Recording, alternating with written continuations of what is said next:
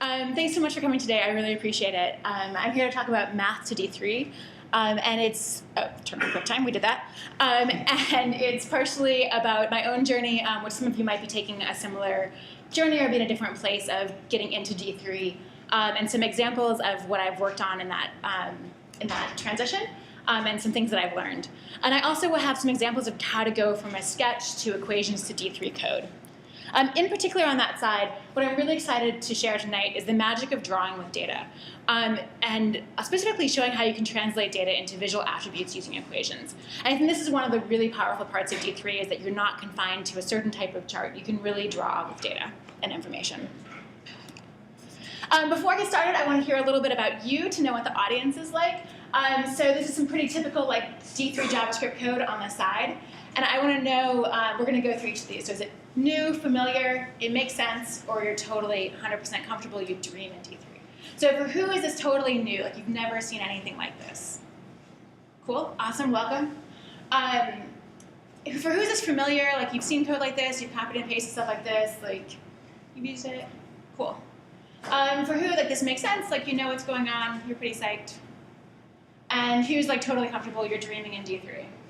Awesome. Cool. There's going to be something for everybody, I hope, tonight. If you, at the end of the presentation, you are learned, like I have learned nothing, come talk to me. We will find something new for you. And if it's totally new and you're like, oh my God, this is a lot, there probably will be some pieces that I'm not going to go into the details in. Hopefully, you'll catch the other parts, and I'll feel free to raise your hand if you want to. I'm also happy to fill in some of those details afterwards. And definitely throughout, feel free to raise your hand. I used to be a high school math teacher. I expect interaction. So getting a little bit about me, I started my journey. I studied math as an undergrad at Williams College. My math wasn't the programming or numbers type. It was stuff that looked more like this. So really super visual, but not a lot of data and not a lot of programming. The only programming I did in college was I opened MATLAB in a physics class and did a few things in it.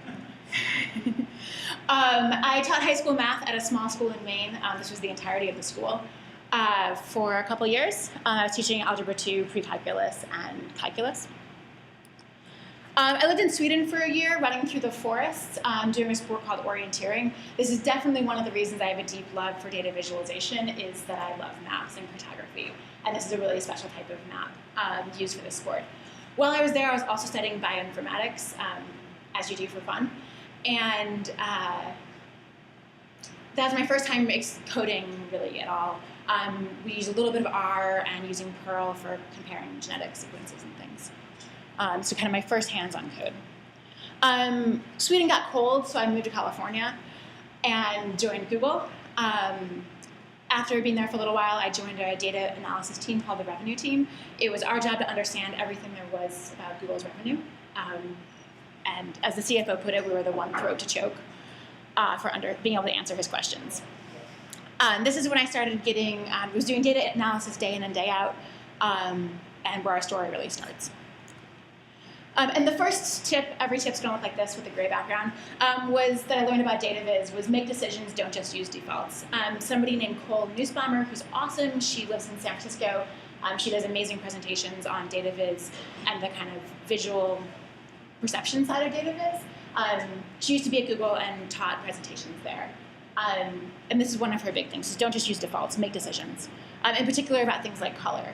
And don't just use the default patterns, but use it to do something real.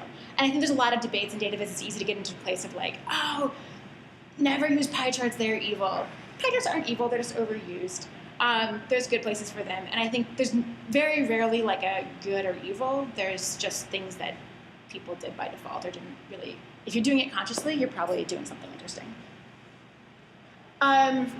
So that was kind of, I spent about 2 years as an analyst, getting really excited about visualization, building it more and more into my work, both for analysis and for communication. I started using ggplot2 a lot, which is what we see here, which is amazing for small multiples and facet rapiding.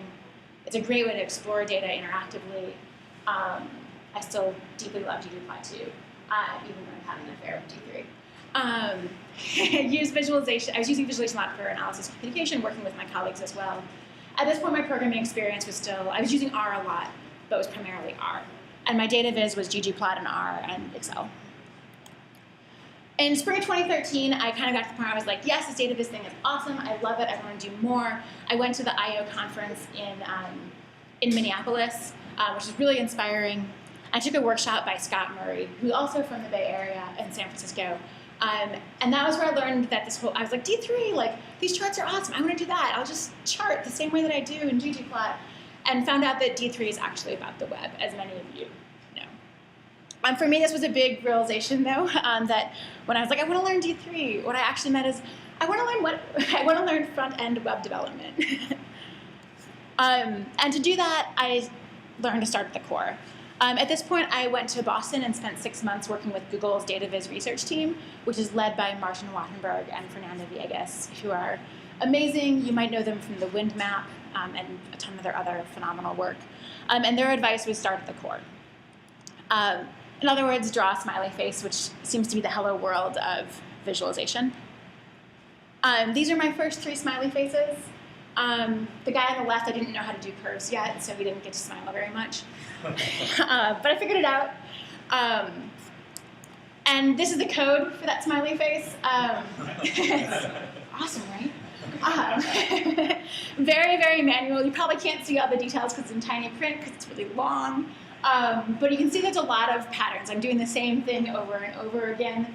I even have questions like about Firefox in there. I didn't realize that until now. But this is what D3 is doing behind the scenes. And I think it's incredibly valuable to know how something works in the more manual way before you start abstracting that away. And this was really important to me when I was teaching. I saw so many students hating things like the quadratic formula, because the quadratic formula was like the evil thing that caused them all their life problems. And they didn't realize that quadratic formula was actually the solution to the evil completing the square that had come before it. Not that I knew this is evil, it's great. But D3 is a fantastic solution, so I don't have to write all the set attributes myself. But honestly, you could do a lot of that in JavaScript. So this is my bar chart. I moved on to data viz from smiley faces. It was amazing. And this is my first bar chart in the sketch that came before it. It is a bar chart, they're really skinny, and the 2 line charts.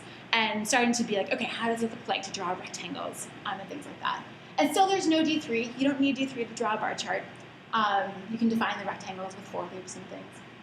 And this was also a really interesting time where I realized that analysts and engineers think of graphs as different things. As an analyst, a graph to me was all about relationships.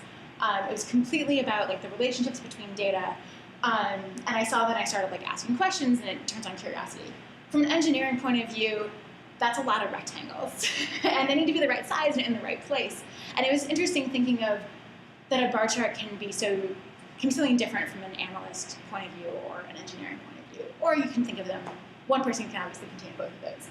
But it really was, there was a moment of like, whoa, those are really rectangles, which sounds really obvious when you step back. But was a completely different way of thinking about a data visualization than I'd been thinking about it previously. I did start moving on to D3, and we'll talk a little bit more about the magic of that. As many of you know, and all of you know, it's not a charting library. This is a good thing because it lets you make your own charts. So what Samant referenced early is that while I was in Boston working in data viz research, the problem I was really trying to solve was an analysis problem that we'd faced over and over and over again in my team. Essentially, the aggregate data can be really misleading. For example, you can have a situation which actually happened between 2000 and 2013, where the overall overall median wage for the United States went up. Sweet. Unfortunately, it went down for every single education category, and there are only 4 education categories that they break this into. Some of the median wage went down for every subgroup, but went up overall. And if you're making policy decisions based on this, you're trying to understand, like, how are we doing, how is our economy doing, you're going to see really different conclusions from those 2 pieces of information. And this type of thing actually happens all the time. If you want more information about it, I definitely recommend reading the paper that has all the details. It is something really valuable to be aware of as somebody that visualizes data, because it's easy to lead to wrong interpretations. Essentially what's happening is that the groups are also changing size. During that time, there were fewer people that didn't have that didn't have a degree, and there were more people working that had a degree. Obviously, wages correlate with education, that cause a shift. So we created this chart type on the right to help show this. And when you see a lot of horizontal movement like you're seeing there, it indicates that you're seeing a lot of change in the size of the groups compared to the vertical changes in the value that you care about. How this comes back to D3 was creating a tool to be able to explore these relationships. And D3 was the perfect thing for this, one, because we could make multiple charts. I could build multiple charts that interacted with each other, that somebody could interact with, put in their own data. And two, especially because it was easy to define my own chart type and make these comments. Was just as easy as making a scatter plot itself. I moved back to San Francisco after my awesome time in Boston, and decided that I loved this programming thing and wanted to spend a lot more time doing it. And so the next chunk is going to be about some of the things that I've built since then. I found it really, really valuable to build lots of small examples and tools. When I was prepping for this talk, I realized that I do this all the time. This is just a handful of the things that the different tools that I've made for myself. At one point, I wanted to figure out color interpolation. There's 3 different options in D3. I don't know if you've run across them for getting from one color to another. And I wanted to see how they changed and how they were different from each other. So I just built a small tool where you could plug in the 2 colors and see all the colors in between and pick which one you wanted. I got really annoyed about formatting numbers at one point. Most of these come from I got really annoyed about something. And so I made a small tool where you could enter a number and see what the many different format specifiers in D3 showed. It's useful, you should try it out. You might notice, though, that my web development skills, everything's in the upper left corner of the screen, because that's where it ended up by default. So the next project I worked on, did I use? Sorry.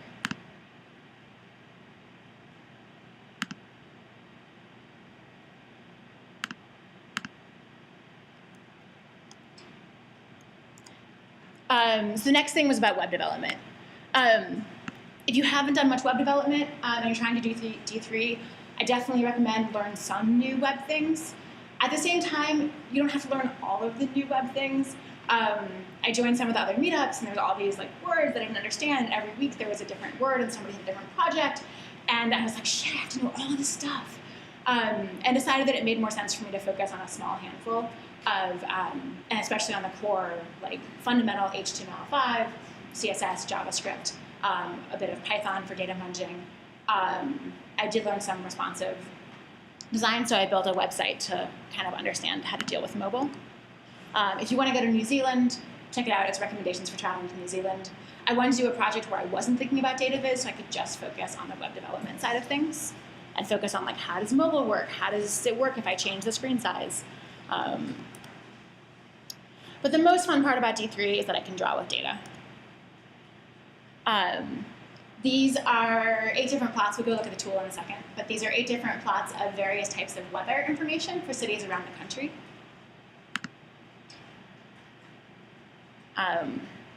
This is the live version. So right now what we're looking at is each line, there's 365 lines, one for each day of the year.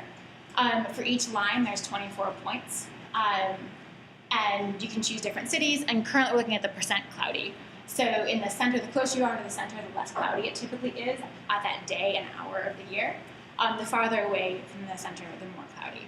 So typically in San Francisco, at 4 a.m., it's somewhat cloudy, but not extremely. But at 4 p.m., it ranges from almost never cloudy for some days of the year to extremely cloudy. And what's really fun about this is how different cities look. Very sunny in Denver, not much variation. Same thing with El Paso. Los Angeles, seeing a huge variation by time of day, and huge patterns. Plus, I think these are really pretty. You can look at different months of the year. Or switch to a different metric like temperature or wind speed. So these are really fun to draw with data. We're going to talk a little bit more later about how these actually came to be. This is still a work in progress, so comments welcome.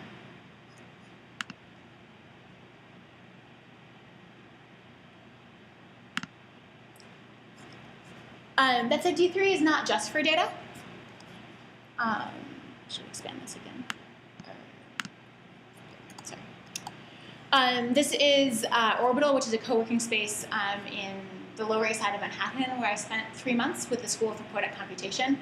And this is a really horrible picture because it's so dark. But Zach Lieberman is one of the founders of that program, and he built Open Frameworks, which is a C++ package for doing a lot of amazing interaction, and taught an animation class. And so I was thinking a lot about animation in C++, and I was like, I wonder if I can do this in the browser. I built a little tool, it's slower with QuickTime on, that lets you play with jittering a line. You can change different things. And it was fun to realize that I could use the same tool for something that not just for data, but also for animation. A couple of really useful things, like super tactical, is keeping track of state and URL hash fragments are supremely useful. So if you're like trying to figure out like if you don't use them, use them. And keeping track of state is just really good housekeeping. As I've tried to make more complex projects, like that last one, the weather one had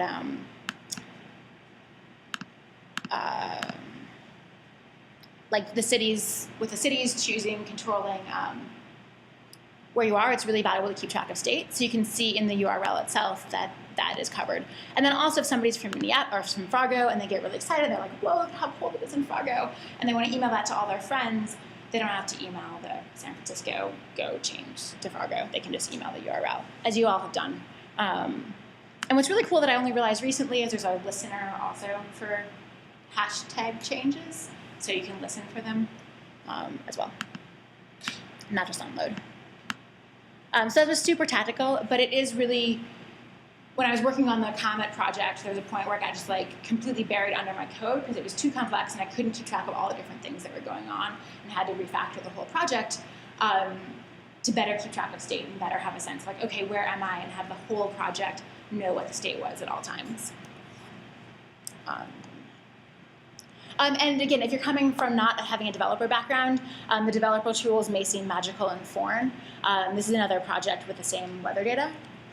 But as you drill down, you can see they can help you with network and performance and a lot of different things. Take advantage of them. They're designed for you to help you. This project was crazy slow when I started it because it's 365 times 24 data points for every city. And there's extra stuff that we'll see going on behind there. So it was really, really ridiculously slow. And when I figured out using the network and performance information, I could figure out what was slowing it down. So if that's new to you, go check it out. It's amazing. And the thing that I want to talk most about is that this stuff isn't magic. And it's easy to look at a lot of the examples that are online that people do and be like, oh, shit, it's amazing. And it is amazing. But it's not magic. You can do it too.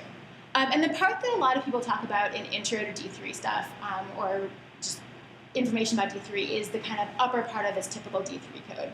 The SVG, append, select all, entering the data, the enter, the append. But we don't spend as much time talking about the functions that we actually use to design the visualization. And they're not D3 specific, but you need to kind of think in this way quite often when designing with D3, that we're going from writing some function to transform data into visual properties. And that's what I want to spend time talking on here is like, okay, great, like I know how to enter it. I've done my 3 little circles. Circles are awesome. What if I want to make those circles different? What if I want a different shape? What if I want that shape to be defined by different types of data? How should I think about my data structures and equations and that transformation to go from the sketch that I have in my mind to what's on the screen? We've got a few basic things to play with. These are the fundamental SVG elements. It sounds like most of you are probably familiar with those. And I'm going to talk about 5 different examples, and I think we're doing pretty good on time, so we should be able to do all 5. So the first, the jittery line, which again is here.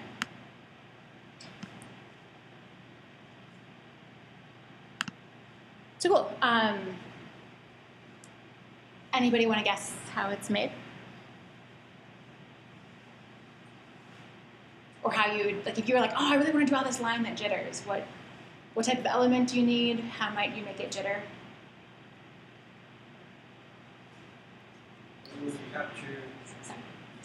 Sorry, go ahead. So it could be a line. I will capture points as the mouse goes, drop polygon, and then randomize those points. Yeah. Yeah, so we're definitely capturing the points as they move. And I'm actually going to draw, I'm not going to do a line or a polygon, it's going to be a different element. Path. It's going to be a path. And we can actually see that in the console.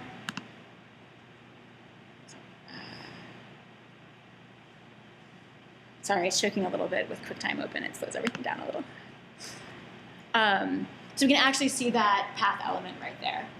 And so we have this crazy thing. The path is the one that has the most non-intuitive description with this D equals, and then there's M's and L's and lots of numbers and crazy stuff. Fortunately, Bostock takes care of us, and we don't need to define all of that. We just need to define the X, Y points. We'll talk about that in a minute. So exactly as you said, we're going to get an array of X, Y coordinates based on mouse or touch movements from the user. And we're going to transform those X and Y's into, in this case, a path. And then, as you said, we're going to add some random variation to manipulate that. So essentially, we're going to go through those 3 steps in the bottom. I'm going to focus today not talking about how we pick up the mouse movements, but you can check out the code if you want to see that. But focus on how do we get those X, Y pairs to define and interpolate a path, and how do we add some random variation. And the main function is right here. The first thing that's fantastic is d3.svg.line lets us kind of treat building a path the way that you might treat building a polygon or a polyline, where you're looking at, you're inputting X's and Y's. How many people are familiar with that function, by the way? Just to get a sense of where we're. Okay, sweet. Learning, great. So it's super, super useful because it means that you can define paths without having to go through the pain of thinking about Bezier curves, which are awesome, but it would be hard to write them. So we just have d3.svg.line. The other important thing to recognize here is the interpolate basis. So there's several different types of interpolation. Interpolation is just how do we get from a bunch of points to the line? Is it a smooth curve like this? Or, oops. If it's linear, it's going to be like much more pointy because it's just connecting the points. Step is really fun because it just goes up and down. And there's a few others. And again, my favorite way of trying to figure out, like, okay, how do these interpolations work is to try it out, something like this, and explore it, and then also to read the documentation. But it's nice to see see it in action as well as read the documentation.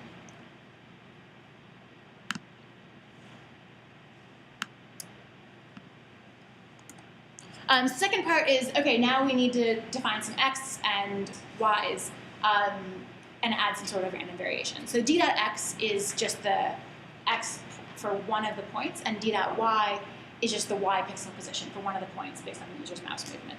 And I'm not going to focus on right now how those magically got inside of my function. We can just assume that they're there. Text.jitter is just a variable with the number of pixels that I'm letting it vary. So you saw when I increase that, you can see a lot more like wide variation. When it's small, it's like really small variation.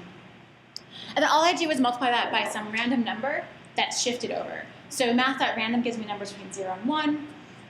Multiplying by or subtracting 0.5 now means I have numbers between negative 0.5 and positive 0.5. When I multiply times text.jitter, let's say it's 12 pixels, now I can get numbers between negative 6 and positive 6. So if the original pair was 100, 200, now I get 95, 199. And I do this for all the different pairs. Maybe if I have a line that has 20 different points that I picked up, I do that for every single pair with a different random number, so they're jittering a different amount. But right now I've only done it once, which isn't too exciting. So to animate, repeat often. So this is the jitter function. And the top of that, paths, is what contains all of our paths. It's what we've already defined. It contains our existing path information. And then we're just going to change the path attribute, that D attribute, using our line function that we just defined. And points is the array of points that we picked up from the user. And what we're going to do is we're going to request animation frame and do this every time that the browser refreshes. And the really nice thing with this function is it matches the refresh rate to the browser's refresh rate, so it looks really, really smooth. because it's timing it to refresh as fast as your browser is. If you want to learn more about that, there's some great Mozilla resources and a blog post that's really useful. So in summary, we have an array of XY. We bring in an array of XY pairs. We want to send out a D attribute. In between, we can take these XYs, adjust them a little bit randomly, use d3.svg.line to transform that from XY pairs that make sense to a crazy string of awesomeness, and then animate it. How are we doing? Has anybody learned anything? Yes. No? Yes. Okay, good. Next, I want to talk about a little bit about the weather 24 gons, these guys. So the goal is something like this. You can see my original sketch here. This is actually my sketch from a few weeks ago. It's blown up, so it's kind of small, but you can see like I kind of drew one of them. And I was like, okay, I'm going to have to have an array. What's my data structure? I was thinking about small multiples at the time. This is also, we're going to go into this, but this is trying to figure out like how do I actually define it? How do I use sine and cosine here? And the function that we're going to look at later is actually in that lower left corner. I promised sketches, so these are the actual sketches. And our goal is we want to end up with something like this path. Again, we're using a path attribute, so we're going to use the same d3.svg.line to help us out. And our input data is for every day of the year and every hour of the day, we have a number with the typical % cloudy. And our goal is we're just going to focus on one of these lines right now, not on all 365. So our goal is to take an array with 24 values and turn it into this 24 gon with an XY coordinate for each point. Then we'll use d3.svg.line to turn those into the D attribute. So how do we get from this data? And I actually want to go and show you where this data is.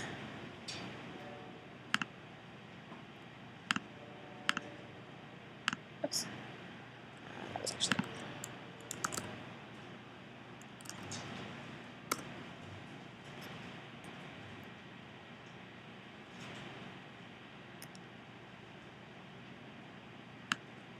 Sorry, my computer's old and QuickTime is exhausting. Maybe the rest.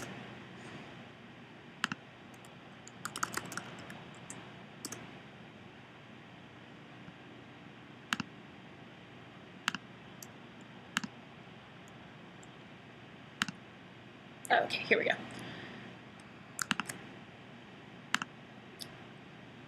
So we can look at what's going on in the DOM and the document object model behind this. And we can look at the SVG element and drill down. We can look at the G that groups them together and drill down. And we can see all these different paths for all the different lines. And similarly in the console,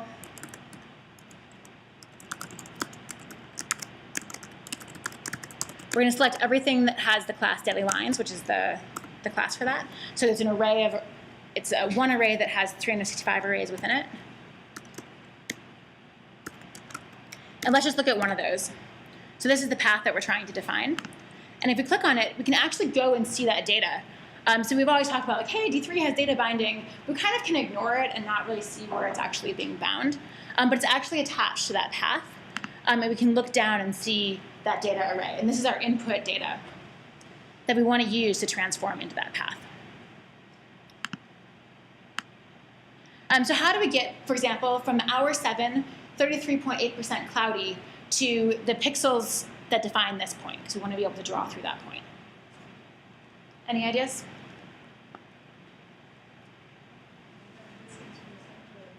Exactly, yeah. So we're doing high school math here, distance from the center and the angle. We know the center coordinates. We can use D3 scales to help us do that translation nicely, but it's really just multiplication. And then once we have the distance and angle, what next? Trigonometry. So yeah, so none of this is rocket science. This is stuff that we did in high school, but still being able to use it in practice and figure out, okay, how do I get this drawing to turn into what I want? Takes a lot of sketching. So this is exactly, so we've got cosine of the angle times the distance plus the center. That's exactly what happened in the code. Some of you might notice that our unit circle is upside down and there's a shift that has to happen. The upside down unit circle is okay because the y-axis is also upside down. So 2 upside downs make it right side up. And we take care of the shift in how we call the function. And there's the function itself. So we bring in 24 numbers. We translate the data into angle and distance. We translate angle and distance to x and y. And we translate x and y to a path. I thought you raised your hand. So next up is the Comet chart. In this case, we're looking for a polygon, and for a polygon, we need pairs of points. So we're going to have, it's a triangle, so we need 3 pairs of points. And this is the example for what it looks like live. And I'm just blowing up and looking at one of these. So we can assume that we have x, y pairs coming in from the data, and we know that there's a starting and end for this particular data object. This could be an education category. It could be some category that we care about, what its starting and ending data points are. And we need to translate that starting and ending data point into a triangle. So somehow we need to get from the center and those 2 out. And again, the major D3 part is the svg.select all, polygon.data, data, enter, append polygon, attribute points. Good to go. Just need a little function to do that translation for us. So the chords to points function just wants to take a pair of endpoints and give back a polygon. So any ideas how we should do this? And again, it's not rocket science. More trig. Actually, we get to avoid trig because it's a 90 degree. So when I originally did it, I did it with trig, and then found that I could do it. Huh? Yeah. So if we translate to 0, 0, we actually can do a nice, easy rotation. And essentially, we're using trig in the background, but the trig is turning into 0 and 1. So we can just treat it as a rotation. So we start by translating all the points over.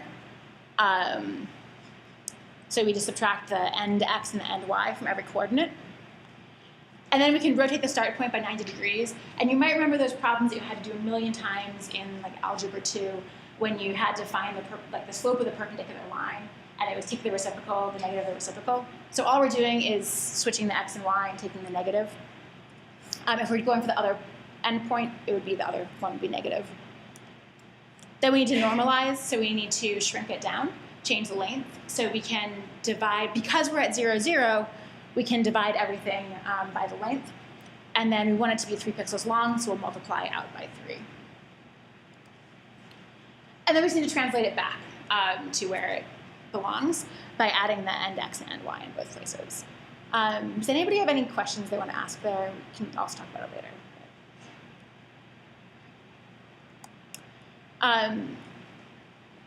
So we input pairs of xy pixels. We can do high school coordinate geometry to do translations, rotations, and normalize to find the corner pixel points. And now we have the points to define the polygon.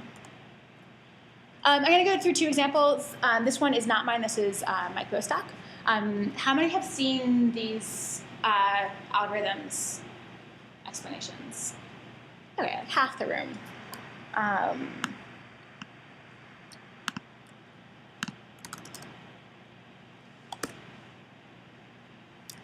So it's an animation where it's taking something unsorted and trying to sort it using merge sort, one of the classic algorithms in CS. And the way this is represented is really, really beautiful. This is a still from later. And we're trying to go from unsorted to sorted. And there's 2 pieces of information that matter. The angle encodes the value. So we have 200 values that are randomly arranged in the top. And the location of the, so the number encodes the angle.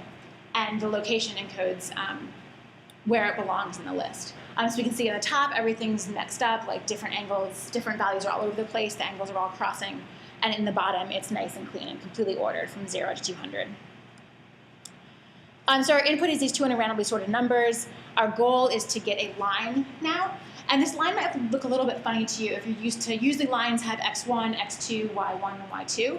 But this one has a y2, this is really small, sorry, and it has a bunch of transformations in it.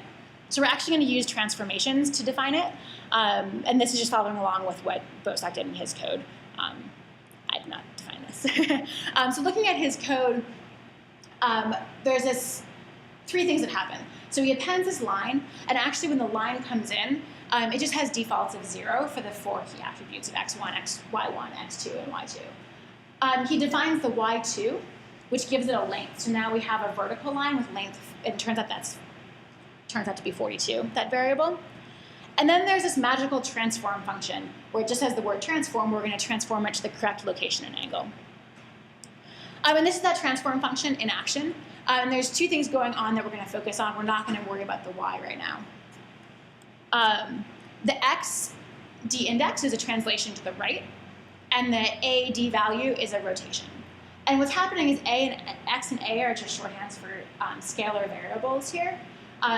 So x is just a scale that translates the numbers between 0 and 200 into a distance. And the a is a similar scale for the angle that translates the numbers from 0 to 200 into an angle. So we're able to now move everything based on its index and its value. So really, really elegant way of encoding this. And I think this is one of the amazing things when we look at the examples is the examples often have incredibly elegant encodings of this information that upon first glance can be somewhat confusing until you start teasing apart and realizing what's actually happening. The last one I want to talk about is Voronoi. So I was working on this visualization, and I had a problem where clicking on the lines was like super, super difficult because I had to click on the line, and it was only 2 pixels wide, and that was really difficult. And I was talking to Ian about ideas for this, and he's like, oh, that's really cool. You can actually put Voronoi polygons behind your visualization and use that for your mouse movements. So for each of these crazy polygons, there's exactly one data point that is the closest data point to that entire polygon. Obviously, when you're inside, these guys get pretty small, and they get bigger on the outside. But it's an incredibly useful thing for mouse overs, but they're also really, really fascinating in and of themselves. Does anybody have any questions on this right now? What's happening? So the implementation is pretty straightforward because Bosak and D3 takes care of the difficult part for us. This is the major part of the implementation. It looks kind of similar to that d3.svg.line that we saw earlier, where we've got d3.gm.voronoi instead of d3.svg.line. And now we have a .x and a function and a .y and a function and then some other stuff.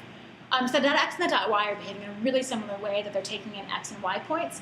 But now instead of emitting other x and y points or emitting a path, they're going to emit a bunch of awesome polygons that have a really important property that for each polygon there's exactly one data point that is closest to everything in that polygon. So the implementation is actually, this kind of is magic, or feels like it, because you get this huge benefit for a pretty small amount of code. But you might be wondering what's really going on here. What do I mean when I say create a polygon for each data point such that that data point is closest to everything? So we can take a look. As I said, I love to build examples for things to figure out how they work. So I built this little example where you can add dots. So right now we have a 2-dot land. So everything on the right side is closer to this dot. We can move them around. Everything on the left side is closer to that dot. And when it's 2, it's pretty easy just to figure out all those points in the red are equidistant from both of the points. So everything here is equidistant from both. If you cross the line, you get closer to one than the other. This starts to get slightly more interesting when we add 3 points. We can move them around and play. And when you have 3 points, you have a triangle. And what's interesting here is there's a really intimate relationship between the triangle and those polygons, because the lines are the perpendicular bisectors of every side of that triangle. What you might not remember from geometry class in high school is that 3 points can uniquely define a circle, and that center of the circle is the intersection of the perpendicular bisectors. Which is actually kind of required.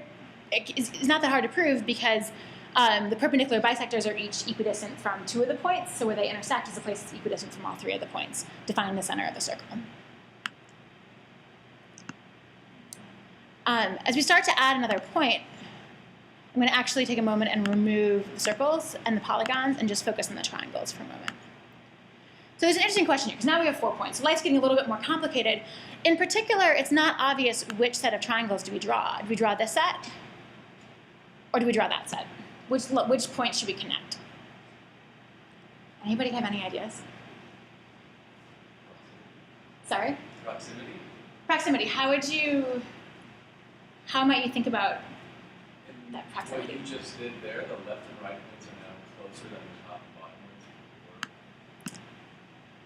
ones. They're actually, so that's a really good idea. That's actually not the, it's the Wikipedia article specifically says that it's not that, it's this other thing. but I like the way you're headed. And I appreciate you shouting it out and giving it a go. But it does have to do with distance. It's just it's a slightly different distance. Oops. Sorry. Every once in a while, I have to fix the clicking. Right now, you can click really close, and it makes a new point when you actually need to drag.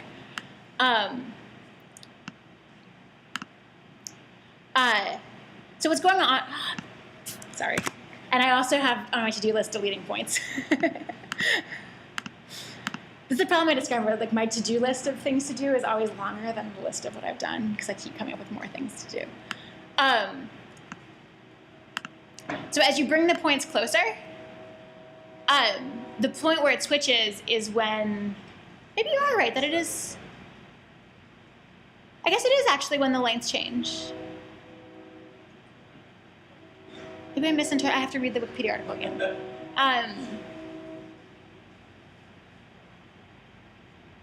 Yeah, no, you're totally right. I think the proof might have to do with angles, but maybe we'll figure that out later, afterwards. But yes, it's when they switch circles. Yeah, you're totally right. Bonus points. Or a beer or something. That's why examples are so fun, is you can play with that. And then we can see the polygons that are associated with them and start playing around with how those look. You can make them more complicated.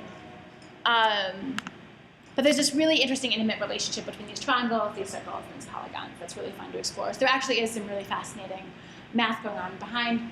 As users of D3, we kind of get to take it all for granted and just be like, d3.gm.veroni and get it for free. But it's fun thinking about what's going on behind the scenes.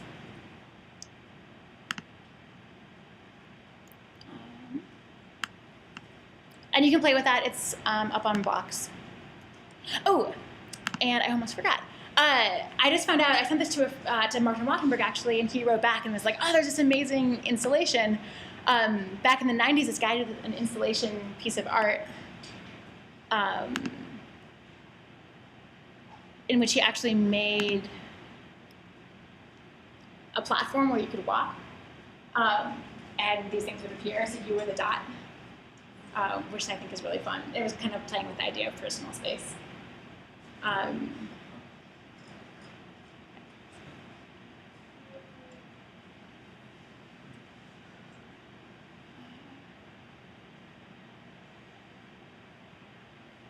There's a part with a bunch of kids that gets really funny. I'm not sure where it is. Oh yeah, there. So you can be the dot.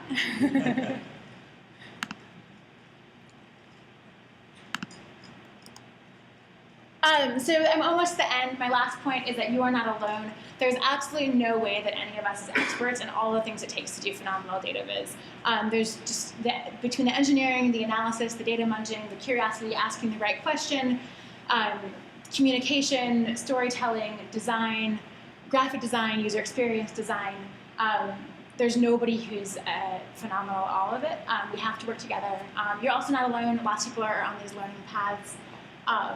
So I encourage you to share both, share bravely work that is unfinished, as I did tonight, some of it, and share bravely in helping each other.